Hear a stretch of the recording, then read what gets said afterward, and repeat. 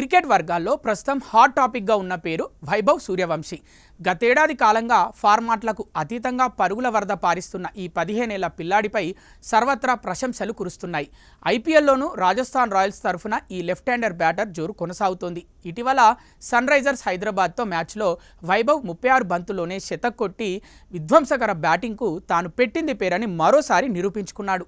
ఈ నేపథ్యంలో దిగ్గజ క్రికెటర్లు సైతం అతడి ప్రతిభను కొనియాడుతూ కాబోయే సూపర్ స్టార్ అంటూ కితాబులిస్తున్నారు. ఈ నేపథ్యంలో ఒలింపిక్ పతకాల విజేత భారత షూటర్ మను భాకర్కు ఓ కార్యక్రమం సందర్భంగా వైభవ్ సూర్యవంశీ గురించి ప్రశ్న ఎదురైంది. ఢిల్లీలో జరిగిన జాతీయ రైఫిల్ సమాఖ్య 75వ వార్షికోత్సవానికి హాజరైన ఆమె దీనికి సమాధానమిస్తూ అతడి చుట్టూ ఉన్న వాళ్ళు మార్గదర్శనం చేసేవాళ్ళు గొప్పగా ఉంటే వయసు అసలు లెక్కలోకే రాదు అని అన్నారు. ప్రతిభకు వయసుతో పనిలేదని, కొంతమంది 60 ఏళ్లలో అద్భుతాలు చేస్తే మరికొందరికి 6 ఏళ్లకే ఇది సాధ్యమవుతుందని అన్నారు. కాబట్టి మన చుట్టూ ఉన్న వాళ్ళు సరైన దారిలో నడిపిస్తే అనుకున్న లక్ష్యాలు చేరుకోవడం సులువు అవుతుందని టీమిండియా నెక్స్ట్ బిగ్ స్టార్ అతడే అని చెప్పుకొచ్చింది. దీనికి సంబంధించిన వీడియో సోషల్ మీడియాలో వైరల్ కాగా మను భాకర్ను ప్రశ్న అడిగిన విలేకరుల తీరుపై విమర్శలు వస్తున్నాయి.